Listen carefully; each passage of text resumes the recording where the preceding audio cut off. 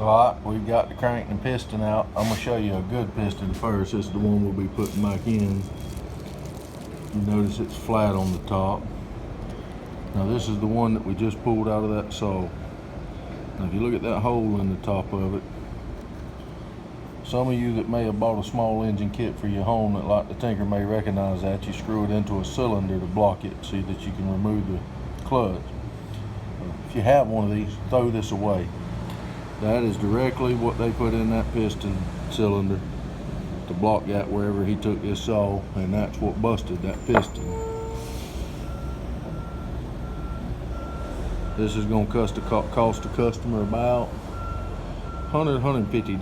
Now he was fortunate because on this particular model they do sell the piston and cylinder separate.